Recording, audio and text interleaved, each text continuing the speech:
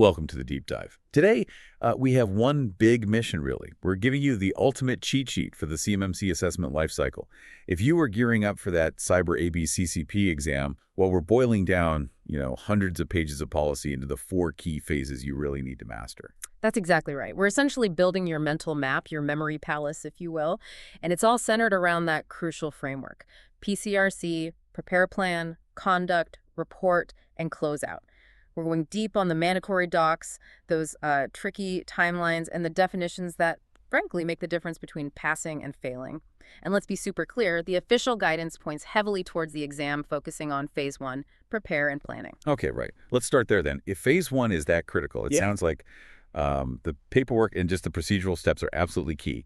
What's the very first thing an assessor does? And how quickly do they have to act? Yeah, good question. It kicks off with step 1. Receive request. So the organization seeking certification, the OSC, puts in the official request. And the C3PAO, that's the assessment organization, they have a pretty tight window, 5 business days to respond and get that initial contact going. It really sets the pace right away. 5 business days. Wow. Okay, clock's ticking from the start. After that, step 2 is team setup roles and responsibilities. The source material says you need, a minimum of 3 people on the assessment team? Correct, at least 3 individuals.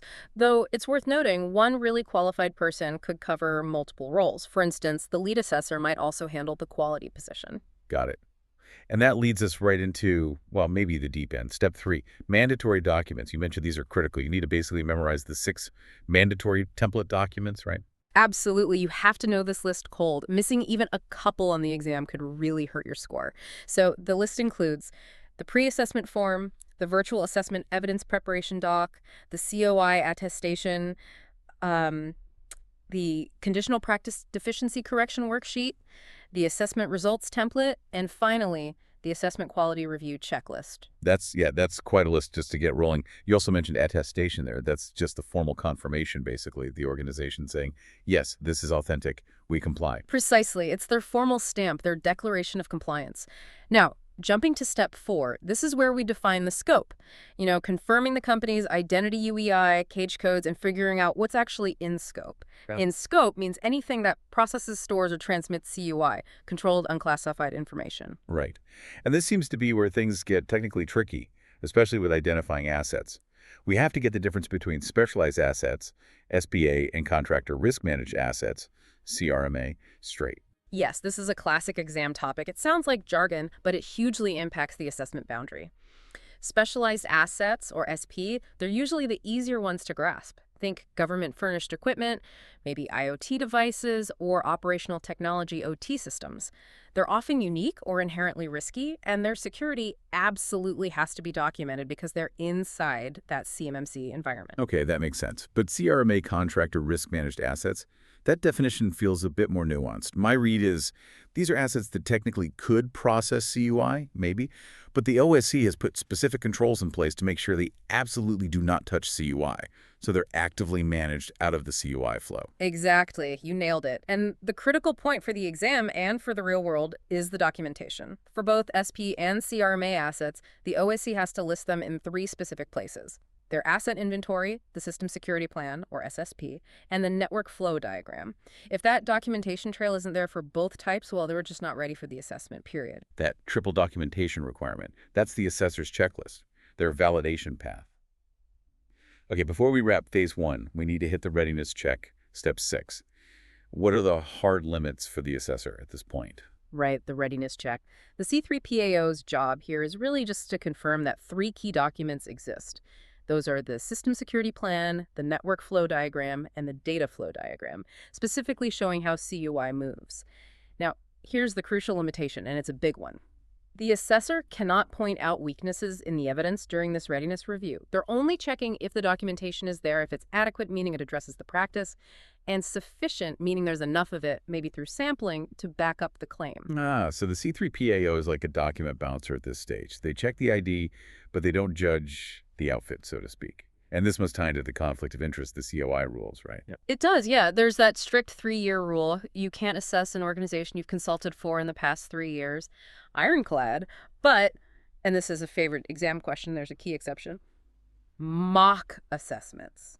Doing a mock assessment for an organization is allowed within that 3-year window. It's specifically carved out as not being consulting in this context. That's a really important distinction to remember. Okay. So phase 1 finishes up when the CQEP, that's the Certified Quality Assurance Professional, reviews the whole package and uploads that pre-assessment form to EMA. That's the green light, basically, groundwork done. Absolutely. The prep work is officially complete. Perfect. Yeah. So if planning is the foundation, phase 2 is where, well, the action happens. It's the conduct phase. Kick off, collect evidence, score it up. How do assessors actually get the info they need without accidentally, giving advice or consulting? Good point. They stick strictly to the 3 approved methods: examine documents, interview personnel, and observe tests. Now, the detail you really need for the exam involves testing. You have to remember, the assessor is neutral, always. So testing here means the C3PAO assessor watches the OSC's own staff perform the action or the demonstration. The assessor is hands-off, no configuring things, no running scans themselves, just observing. Okay, strictly observation. And what happens if, during that observation, they see a practice isn't met? Simple rule. No consulting, no hints, no advice. The practice gets marked. It's either trending towards met or it's just not met. That's it. Yeah. And this is where we might encounter that high-stakes exception. The Limited Practice Deficiency Correction, or LPD. Ah, yes, the LPD. Sounds like a lifeline, but also risky. It can be a lifeline, but it's incredibly restrictive. First off, it is absolutely not a plan of actions and milestones, not a POA&M. It's only for very minor quick fixes found during the assessment itself. And the limit is crucial. Fixes are only allowed for 22 specific practices. That's less than 20% of the 110 total for level 2. If the OSC has more than 22 deficiencies, they fail right there. No LPD option. Wow, okay. Strict limit. And the deadline for fixing these LPDs, that's where it gets complicated, right? Because the deadline depends on dates from the next phase. How do we keep that straight? You absolutely have to burn this memory hook into your brain. Fix is due by the earlier of 5 business days after FFB or 5 calendar days before FFR upload. The FFB is the final findings briefing. The FFR is the final findings report upload. They deliberately make this tricky. Okay, let's use the example from the source material to break that down. Let's say the FFB, the briefing, happens on a Monday. 5 business days after that would be the following Monday, right? Correct. Monday to Monday, skipping the weekend. But what if the C3PAO plans to upload the FFR, the report, to EMSS on Friday of that same week? Okay, now the second part of the rule kicks in. The deadline is also 5 calendar days before that Friday upload. Counting back 5 calendar days from Friday lands you on the previous Sunday. But the LPD deadline has to be a business day. So you roll back to the preceding Friday. In this scenario, that Friday before the FFR upload is earlier than the Monday, 5 business days after FFB. You always pick the earlier date. So the fixes are actually due that Friday. It forces really quick action. That earlier of rule really highlights how critical timeline management is, even during phase 2 discovery. Yeah. Okay, so the outputs needed from phase 2 are things like the evidence hashed value for integrity, obviously, and the detailed scores using that assessment results template. Exactly, which flows perfectly into phase 3, report recommended assessment results. This is all about making those findings official and submitting them. Right, and for phase 3, we have that second memory hook for the main steps after delivery, DLQUPAA. Perfect. Step 3.1 is de-deliver. That's the formal final findings briefing, the FFB we just talked about, where the results are presented to the OSC. Then we hit the LQUPAA sequence for submission. Okay, LQUPAL is for the limited fix check, so validating any of those LPD fixes that were made. Q is quality verify. That's the CQOP, checking the whole assessment package for integrity, making sure everything's in order. Correct. Then U is for upload, getting that final findings report, the FFR, into EMSS. And here are 2 more critical deadlines for your notes. The FFR package must go to the CQAP no later than 10 business days after the FFB, and it must be uploaded to EMSS no later than 20 business days after the FFB. 10 and 20 business days. Lock those in. 10 days to CQAP, 20 days to EMAS. Got it.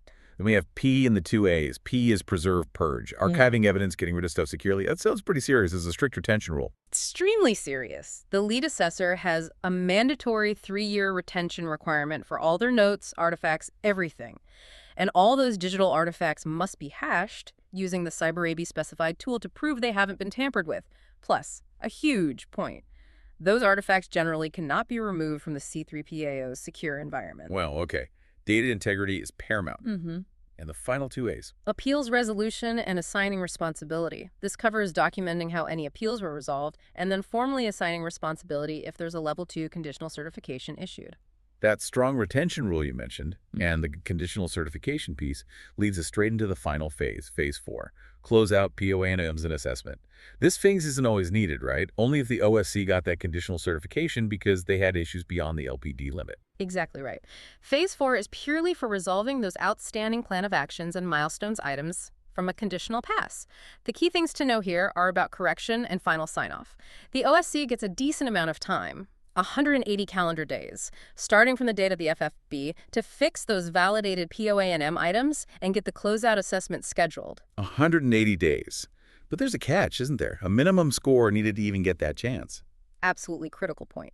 To even be eligible for this 180-day POA&M closeout path, the OSC must have scored at least 80% on the initial assessment. For level 2, that means 88 out of the 110 practices had to be met initially. If they score below 80%, no conditional cert, no POA&M closeout, they fail and have to start over with a completely new assessment. And the lead assessor comes back to validate those POA&M fixes. But remember, and this is a common exam tripwire, it's the OSC, the organization itself, not the C3 PAO, who is responsible for actually doing the work, completing the POA&M items, and arranging that final closeout assessment. Right, the ownership of fixing the POA&M stays firmly with the OSC. That's a key distinction. Okay, we've journeyed through PCRC, we really dug into the weeds of Phase 1 asset definitions, and hopefully nailed down those crucial LPD and Phase 3 timelines. We definitely covered the core mechanics. But, thinking about those strict data handling rules in Phase 3, we talked about hashing artifacts, the 3-year retention by the lead assessor, keeping things contained. It brings up a fascinating real-world challenge, something for you, the listener, to think about beyond just the exam mechanics. Imagine a C3 PAO assessing a global company. That company might be subject to other data privacy laws, maybe like GDPR in Europe, which includes things like the right to be forgotten or data erasure requests. So how does that CMMC mandate to retain assessment artifacts for 3 years square up against a potential legal requirement under GDPR to delete certain data upon request? It's a real clash of compliance regimes. That is a thorny issue, mandatory preservation, hitting mandatory deletion. Definitely food for thought.